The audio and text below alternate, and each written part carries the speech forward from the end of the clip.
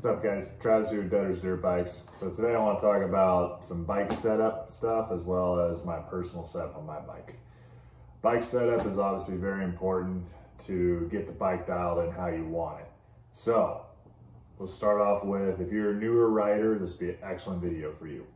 Number one mistake I've seen newer riders do is when they get a bike, they immediately start going after, I need aftermarket this or aftermarket that, I need more power here, or the suspension doesn't feel right. Throw all that out the door. Biggest mistake I see new riders make. So with bike setup, a good start is open up your owner's manual, put all your clickers to stock, or middle. That's your compression, your rebound, put everything to stock, guys, on a new bike. Because, you got to get to know the bike to know what it really needs, as well as your riding. A lot of people will try to compensate bike setup for their riding, when it's like, well, the bike isn't really twitchy, it's you. Or the bike doesn't really have a hard time getting in and out of turns, it's the way you're turning the bike. But, first thing on any bike, set sag. If you don't know what sag is, that is the amount of drop the rear suspension has when your body weight sits on it. You can also look up that spec in your owner's manual. There's lots of videos how to set sag, as well as what rear springs you use. Same with your front. Front sag is a little bit harder to get dialed in, but again, that's the number one thing to do on any bike, new or used. So, my personal setup on my bike is, yes, I have the sag set, rear and on the front. Start with the modifications on the front of the bike.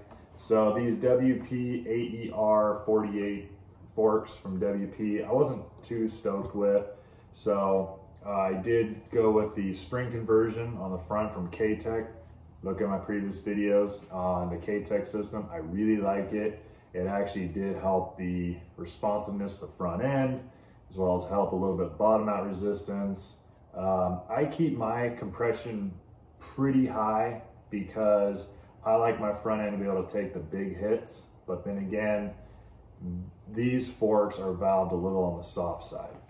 I do have the Racetech Gold valves installed in the front. I do like those, but again, guys, if you're a weekend warrior, out for fun fire roads or whatever, don't bother going into suspension too deep. Stick with stock. It's really, these bikes are better than I am. They're better than 90% of riders out there. So don't go too crazy with suspension. But anyways, next thing is brake levers. Actually stock. The only thing I did is I cut them and kind of bent them a little bit because I like to ride with one finger each. I finally went to full wraparound hand guards because, yes, I did get tired of busting my hands. But it did make me a little scared of, because when I get tired, my hands do like to slip forward. So I was scared of getting caught in here and breaking the arm. But KTM actually makes a OEM plastic wraparound that I actually really like. And you keep it a little on the loose side. So it actually does have some give to it. Really like them, even on the KTM and Husqvarnas. Really awesome. Light. Just a cheap eBay light, wired it up through my cooling fan. Number one really important modification on any enduro or hard enduro dirt bike, any kind of nasty situation, cooling fan. Cooling fan, gotta have one. I went with a Tusk, even though it's the cheapest one. It's worked great for 2 years now, 2 hot summers, no problem. Kicked on when it should. Keeps the bike cooler. I don't bother with aftermarket radiator guards or the fronts. I don't see the point in them. Stock works great. They prevent from dirt and crap getting in my radiators. Stock fuel tank, engine component stock, because these bikes have pretty good power right out of the gate. The FX 350, which is the bike I have, this is 2017.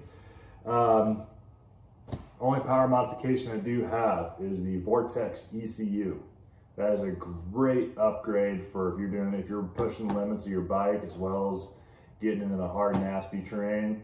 Vortex ECU is definitely awesome. And then I also had them custom mapped by get back on that one. Oh, Twisted Development. I had them flash my ECU. But Vortex ECU also comes stock with their own mapping. They're very adjustable, really good ECUs.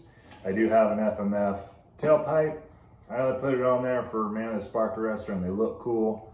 Power gains, no, you're not gonna get any power gains.